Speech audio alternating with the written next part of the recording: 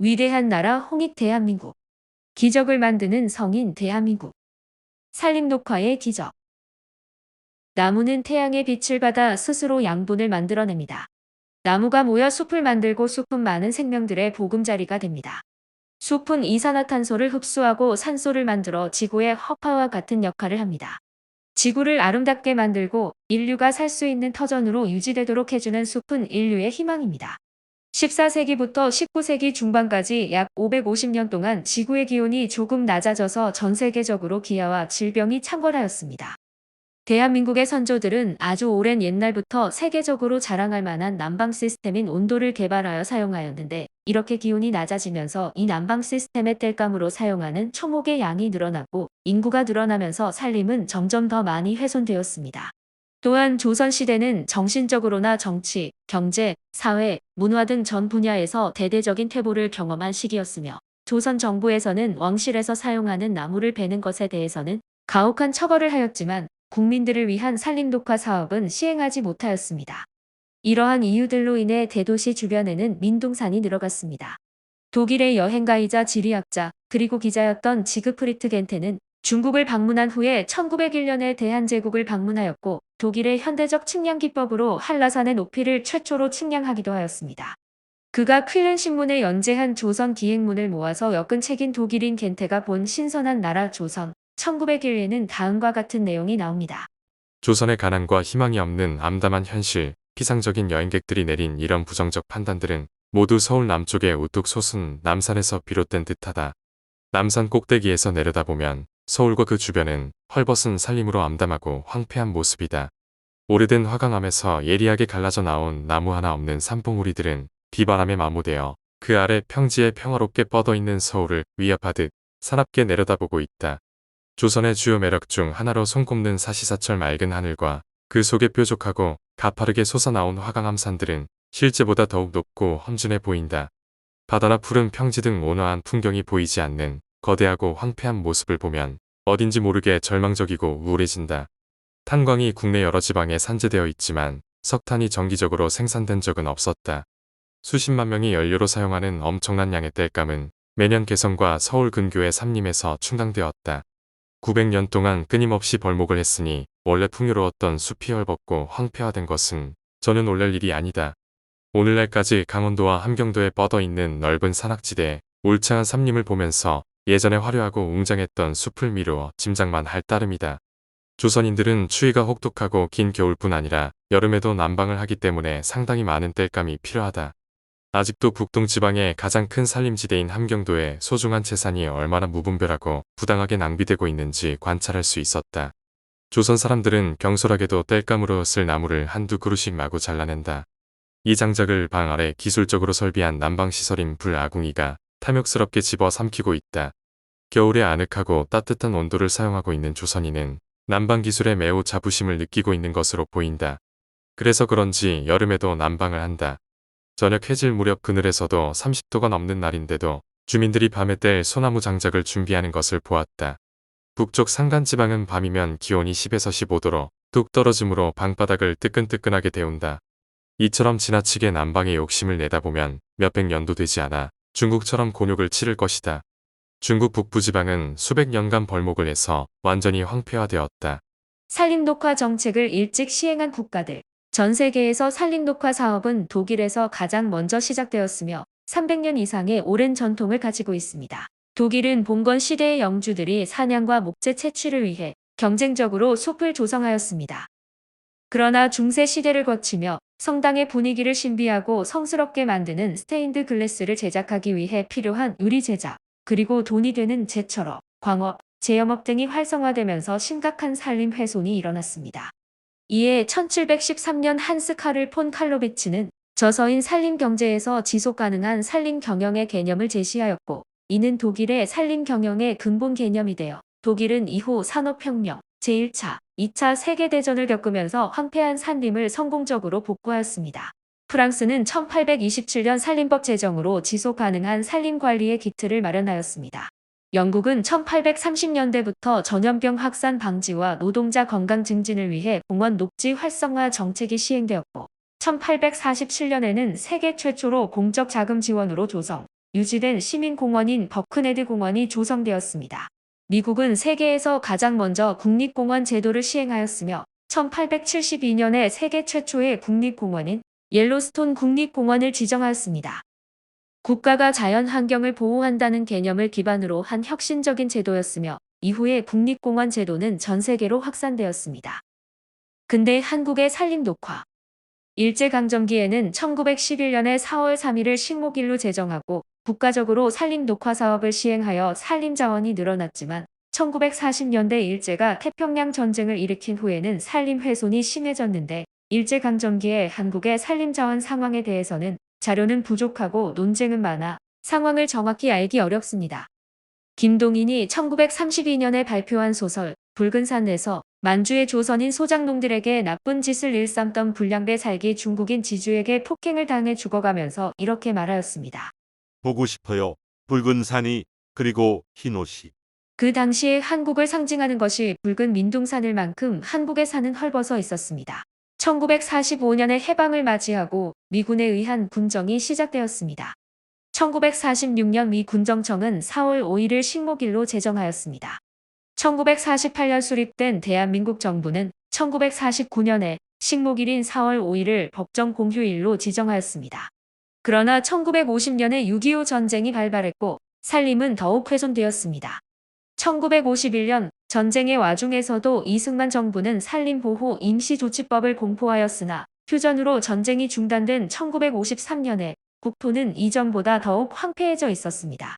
국토의 58%는 나무가 없는 황무지였고 인목 축적량, 즉 나무 부피의 총량이 1927년 이후 가장 낮은 3,600만 세제곱미터에 불과했습니다. 정부는 1953년에 아궁이 개량 3개년 계획, 경제화덕 고급 3개년 계획 등을 발표하였습니다. 1955년에는 민유림 조림 사업과 사방 사업 10개년 계획을 발표하였습니다. 1957년에는 연료림 조성 사업을 시작하였습니다. 이것은 숲을 조성하려 해도 심은 나무를 땔감으로 사용하기 위해 훼손하기 때문에 숲 조성이 되지 않으므로 이러한 일이 없도록 연료로 사용할 숲을 먼저 조성하는 사업이었습니다. 1957년에는 수도권 지역의 나무 땔감의 반입을 금지하고 전국 20개 도시에서 아궁이 개량 사업을 실시한 후 무연탄을 연료로 사용하게 하였습니다. 이것은 무연탄을 난방 연료로 사용함으로써 나무 훼손을 방지하기 위한 조치였습니다. 1959년에는 사방사업 5개년 계획을 통해 황폐지 복구를 시도했습니다. 또한 연료림 조성 5개년 계획을 수립하고 1957년부터 시작된 연료림 조성 사업을 실질적으로 추진하고자 산림조합 조직을 통하여 전국적으로 연료림을 조성하였습니다. 그러나 정부의 행정력 미비, 예산 부족, 녹화에 대한 국민의식 부족, 국민의 가난 등으로 녹화 정책이 효과를 보지 못하고 산림 황폐는 지속되었습니다. 정부는 1951년에 제정한 산림보호 임시조치법 이후에 규제법을 만들지도 못했고 일제강점기에 만들어진 산림령을 그대로 사용하고 있었습니다. 정부는 국민들에게 미국에서 구호품으로 받은 밀가루를 일당으로 주면서 산에 나무를 심게 하였지만 국민들은 심은 나무를 다시 뽑아서 땔감으로 사용하였고 나무를 베어 팔아서 그날 끼니를 때우는 사람이 많을 정도로 대부분의 국민들이 가난하였습니다. 이러한 상황에서 정부는 국민들을 엄격하게 처벌하기 어려웠고 훼손된 산림을 복구하는 사업은 제대로 시행되지 못하였습니다. 1960년대 산림 녹화. 1960년 3.15 부정선거로 국민들은 정부에 저항하였으며 이는 4.19 혁명으로 커져 이승만 정부는 붕괴되었습니다. 이로 인해 혼란이 계속되었고 1961년 5월 16일 쿠데타가 일어났고 국정은 국가재건 최고회의가 주도하였습니다. 정부는 도벌, 밀수, 마약, 깡패, 사이비 기자를 사회 5대약으로 규정하고 이를 척결하겠다고 선언하였습니다. 6월에는 임산물 단속에 관한 법률을 제정하였는데 이 법은 입산금지 조치를 강화하고 각 철도역에서 시장이나 군수의 반출증이 있는 경우에만 임산물의 생산과 반출이 가능하도록 하였으며 부정 임산물을 운반하는 차량은 자동차 등록을 말소시키도록 조치하였습니다. 1961년 12월 27일에는 산림법을 최초로 제정하였고 마을 단위로 산림조합을 결성하도록 했습니다. 1962년 1월 15일 사방사업법을 제정하였습니다. 전국을 조사한 결과 3,700제곱킬로미터의 황폐지가 남아있는 것으로 집계되었고 1962년 가을부터 1963년까지 황폐한 땅을 모두 복구하기로 하였습니다. 첫 단계인 묘목의 대량 생산을 위해 정부는 전국에 460명의 양묘 전문가를 배치하고 파격적인 보수를 지불하면서 양묘 전문가 1인이 각 마을의 산림계를 활용하여 연간 100만에서 150만 본의 아카시아 나무 묘목을 생산할 것을 요구하였습니다. 이는 전국적으로는 1년에 5억 본 이상의 묘목을 생산하는 것이었습니다. 1963년에 대통령에 당선된 박정희 대통령은 1964년에 서독을 방문하여 2차 대전 이후 약 20년 만에 국가를 재건한 독일을 보면서 독일처럼 고속도로가 있고 철강을 생산하며 과학기술이 발달하고 산림이 무성한 나라를 만들고자 하였습니다. 1965년 정부는 연료림 단기 조성 사업 계획을 발표하였습니다.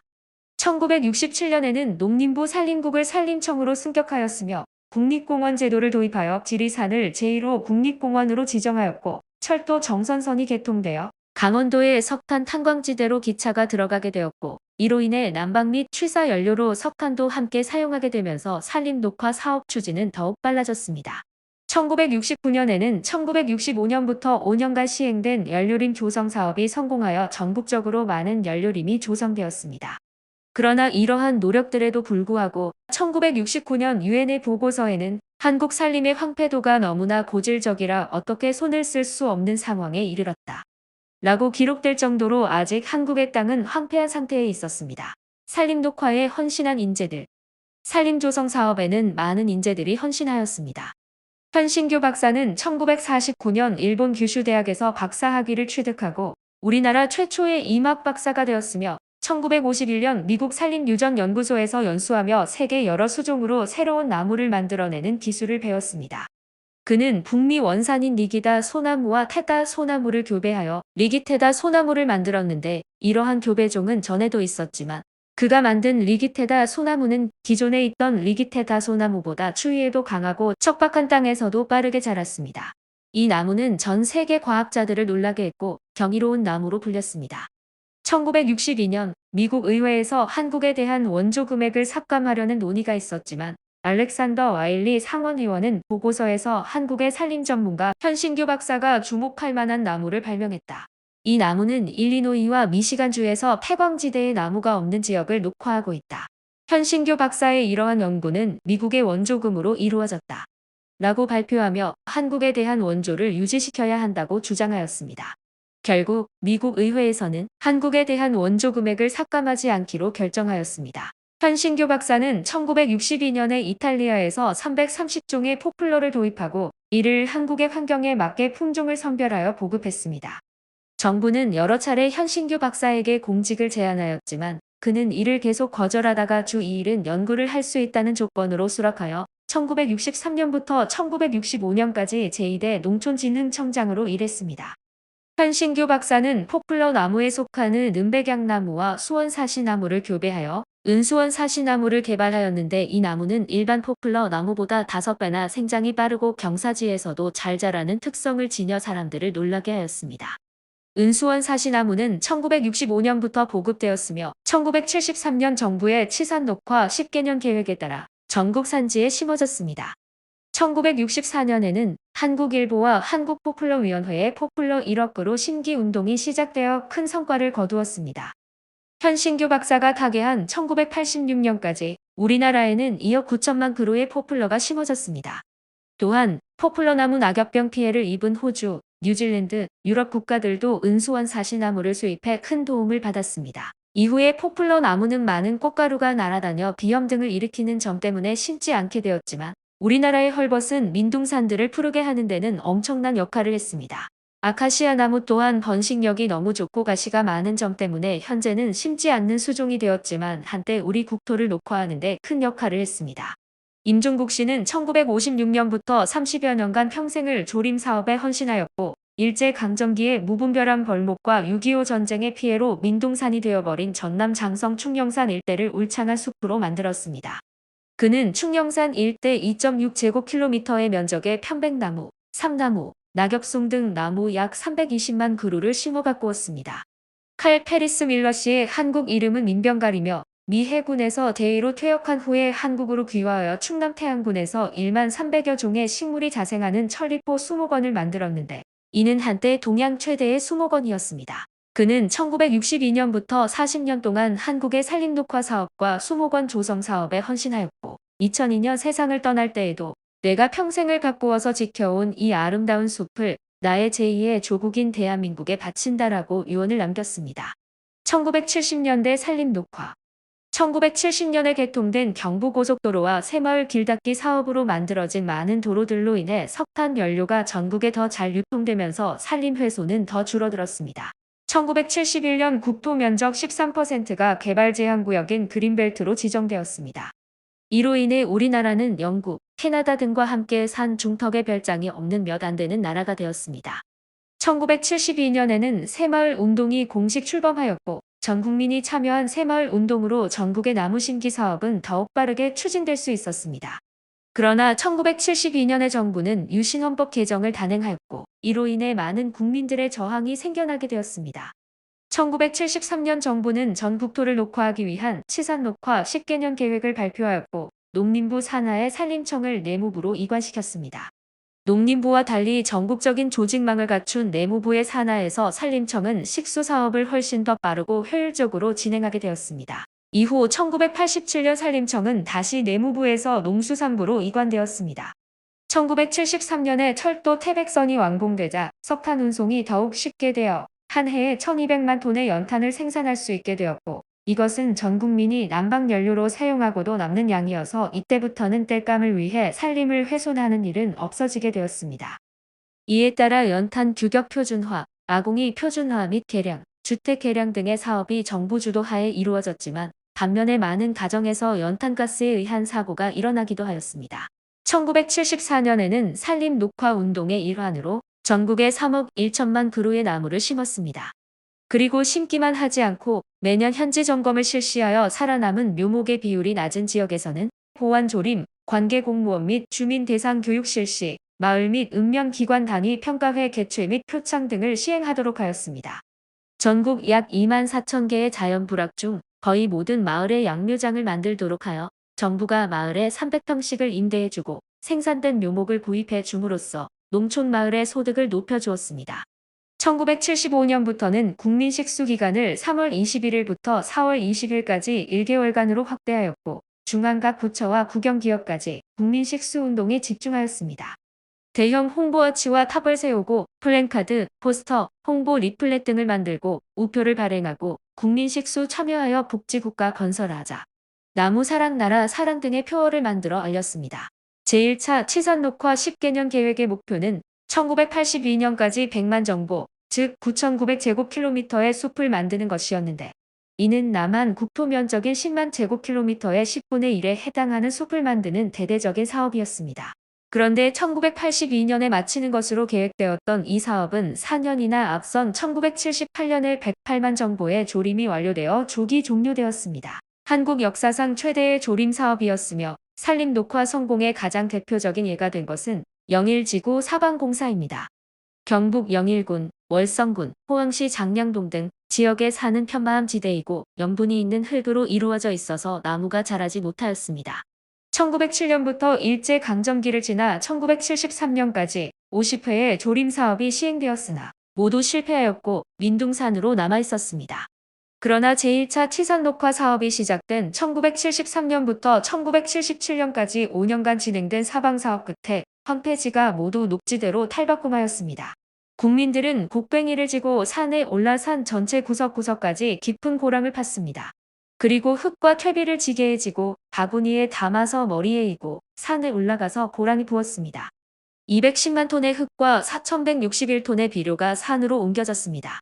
그리고 묘목을 지고 산을 올라가 그 흙에 심었습니다. 2,389만 그루의 묘목과 101톤의 종자가 산으로 옮겨져 심어졌습니다. 그 후 가뭄이 심할 때에는 물을 지고 이고 올라가서 물을 주었습니다. 가파른 곳에서는 몸을 밧줄에 묶고 작업을 하였습니다. 연인원 355만 명이 동원되었고 소요 금액은 38억 원이었으며 조림 면적은 약 45제곱킬로미터로서 여의도 면적의 약 16배입니다. 산림 녹화의 기적을 창조한 나라. 1969년에 유엔이 훼손 상태가 너무 심각하여 어찌해볼 수 없는 상태에 있다고 평가하였던 한국의 산림은 10여 년의 짧은 기간에 완전히 푸르고 풍성한 상태로 변화되어 세계를 놀라게 하였습니다. 1982년 유엔의 식량농업기구는 공식 보고서에서 한국은 2차 세계대전 이후 산림 녹화에 성공한 유일한 국가이며 독일, 영국, 뉴질랜드와 함께 세계 4대 조림 국가이다라고 밝히며 한국의 국토 녹화 성공을 근대사에 있어 유일한 사례로 평가하였습니다. 1990년대 일본의 전 총리 후쿠다 다케오는 자신의 자서전에서 다음과 같이 말했습니다. 한국 하면 과거 일제시대부터 벌거벗은 산만 떠올랐습니다. 한번 파괴된 산림을 복구하기란 매우 어려운 일이라고 알려져 있지만 박정희 대통령은 20년이 채 안 되는 짧은 기간에 한국의 산을 완전히 녹화하는 기적을 이루었습니다. 이는 고도 성장, 수출 증대, 중화공업 육성 등 눈에 보이는 경제 성장보다 더욱 어렵고 가치 있는 업적입니다. 한국산림정책연구회장을 맡고 있는 이경준 서울대학교 산림과학부 명예교수가 2017년에 작성한 보고서에서 밝힌 내용을 요약하면 다음과 같습니다. 단기간에 산림녹화 사업이 성공할 수 있었던 우위는 첫째, 산림법, 사방사업법, 화전정리에 관한 법률, 산림개발법, 산림조합법 등 적절한 산림 관련 법을 제정한 것이다. 둘째, 산림청 신설, 산림청의 내무부 이관, 도내 산림국과 시군 산림과의 확대 개편 등 산림행정조직의 개편으로 산림 공무원들이 승진하고 사명감과 사기가 높아지게 된 것이다. 셋째, 심도 있고 효율적인 계획을 수립하고 집행한 것이다. 연료림 조성 사업에서 정부는 묘목을 무상으로 보급하고 산림계는 봄철에 나무를 직접 심은 가정만이 연료를 채취할 수 있도록 규제함으로써 자조와 협동 정신을 배양하였고 이는 후에 새마을운동의 정신으로 승화되었다. 지구를 푸르게 하기 위한 대한민국의 노력. 대한민국 산림청은 1987년 인도네시아와의 임업협력 협정을 시작으로 국제협력을 확대해왔습니다. 2025년 3월 현재 산림청은 39개 국가와 양자 협력 관계를 맺고 지구 환경 보호를 위한 노력을 지속하고 있습니다. 대표적인 사례로 한몽 그린벨트 조림 사업이 있습니다. 몽골은 세계에서 가장 빠르게 사막화가 진행되고 있는 국가이며 이 사막화는 한반도의 미세먼지와 황사의 주요 원인 중 하나입니다. 2007년부터 2016년까지 10년간 대한민국 산림청은 양묘장과 조림기술센터를 운영하며 몽골 국민들의 자발적 산림 관리를 지원했고 약 30제곱킬로미터 규모의 숲을 조성하였습니다.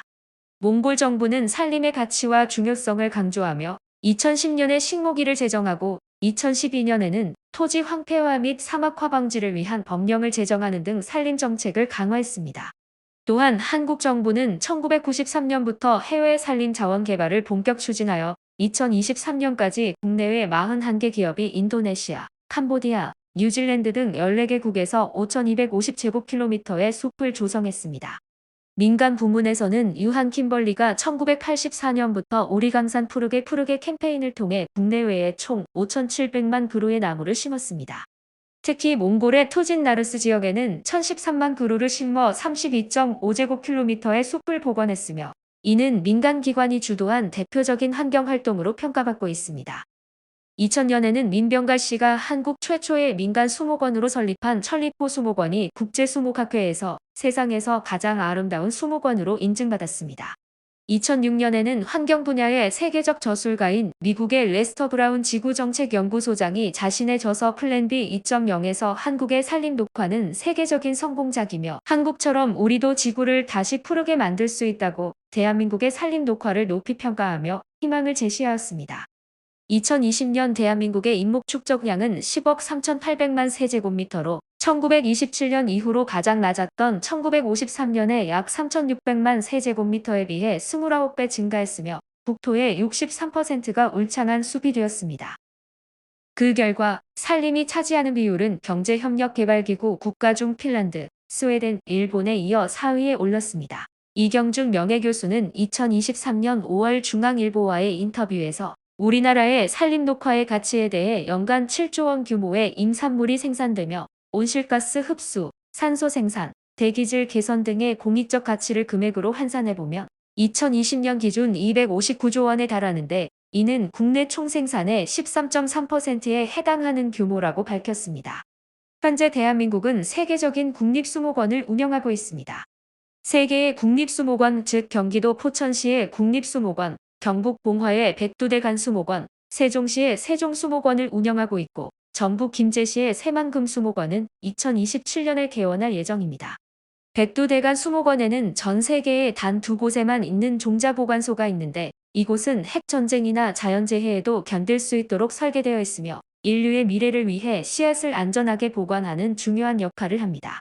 2023년 11월 30일 문화재청은 유네스코의 대한민국에서 일어난 기적적인 조림성공 사례를 세계기록유산으로 등재해달라고 신청하였습니다. 문화재청 관계자는 산림 복구가 필요한 다른 개발도상국에도 적용될 수 있는 모범 사례이자 기후변화, 사막화 방지 등 국제적 이슈의 본보기가 될 기록물로 평가된다고 설명했습니다. 최종 등재 여부는 2025년 5월에 열리는 유네스코 집행이사회에서 결정될 예정입니다. 현재 탈북자들이 대한민국에 도착하여 가장 놀라는 점 중 하나는 산마다 푸르른 숲이 가득하다는 것입니다. 북한에서는 땔감용 나무를 채취하거나 식량난으로 인해 옥수수를 재배할 농경지를 만들기 위해 산지를 개간하면서 많은 산이 민둥산으로 변하고 있습니다. 그 결과 비가 내리면 홍수와 산사태가 발생하고 있습니다. 2025년 3월 22일 토요일 경북 의성에서 발생한 산불을 시작으로 하루 동안 전국에서 31건의 산불이 발생했으며 9일 만인 3월 30일에야 모두 진화되었습니다. 피해 면적은 약 483제곱킬로미터로 서울 면적의 80%에 해당하며 우리나라 산불 역사상 최대 규모였습니다. 인명피해는 사망자 30명, 중상자 9명, 경상자 36명, 총 75명으로 역시 국내 산불 역사상 가장 큰 규모였습니다. 안타깝게도 피해자 상당수는 거동이 어려운 노약자였으며 일부는 119 구조대원, 산불 진화대원, 공무원 등이었습니다. 산불로 인해 대피한 이재민 수는 가장 많을 때 19,406명에 달했습니다. 시설 피해는 총 6,452건으로 주택 3,717건, 농업시설 2,382건, 문화재 18건이 포함되었습니다. 국가유산청에 따르면 보물 2건, 명승 3건, 천연기념물 3건 등 국가지정문화재 11건과 시도 지정문화재 19건을 포함해 총 30건의 국가유산이 피해를 입었습니다. 천년고찰인 의성고운사의 보물연수정과 가은로가 전소되었으며 영양닭봉리 마을을 지켜오던 수호목인 천연기념물 제399호 만지송도 검게 그을렸습니다. 대형 산불은 사람의 목숨을 앗아가고 큰 부상을 입히는 것은 물론 수십 년간 가꿔온 숲을 일순간에 재로 만들며 나무가 타면서 배출되는 이산화탄소 등 온실가스는 지구온난화를 가속화시킵니다. 대형 산불은 지구 공동체의 생존을 위협하는 심각한 재앙입니다. 이번 산불은 우리 모두에게 숲을 지키고 대한민국과 지구, 그리고 인류를 보호하기 위해 더욱 마음을 모아야 한다는 사실을 일깨워 주었습니다. 산림녹화 기적의 원동력은 K-스피릿. 대한민국의 산림녹화가 성공하여 세계인들에게 희망을 주는 기적의 사례가 된 것은 산림녹화로 푸르른 좋은 국토, 좋은 나라를 만들어 후손들에게 물려주겠다는 꿈과 의지를 가졌던 국민들의 헌신 때문에 가능하였습니다. 산림녹화에 성공한 기적의 원동력인 대한민국 국민들의 꿈, 의지, 헌신은 바로 대한민국 국민들의 유전자에 내재되어 전해 내려오는 K-스피릿에서 나온 것입니다. K-스피릿은 모든 사람을 사랑하고 존중하고 돕는 홍익 정신이며 모두 함께 잘 사는 공생의 정신이고 자연과 인간의 조화를 이루는 천지인 정신입니다. 국학원은 현재 경쟁과 욕망과 이념 속에서 분열하고 갈등하고 있는 대한민국을 공생과 홍익의 정신으로 화합하고 번영하는 국가로 발전하도록 돕기 위해 설립되었습니다. 국학원의 설립자인 일지 이승원 세계지구시민운동연합 총재는 대한민국의 국민들이 자신과 세상을 사랑하고 돕는 홍익인간으로 성장하도록 하기 위해 국학원을 설립하였으며 대한민국과 인류를 향한 그의 절절하고 뜨거운 사랑과 염원, 그리고 미래를 내다보는 그의 통찰력에서 국학원은 탄생되었습니다. 2004년 국학원을 건립하면서 그는 국학원의 건립 이념을 한민족의 새로운 탄생과 지구 경영을 위하여라고 선언하였습니다. 대한민국이 K정신으로 깨어나서 화합과 공생의 나라로 성장하고 더 나아가 전 세계의 민족, 국가, 종교 간의 분쟁을 화합으로 이끌고 인류가 합심하여 기후위기의 재앙을 극복할 수 있도록 이끄는 날이 오게 될 것입니다. 그리고 이것은 대한민국이 운명적으로 받은 사명입니다.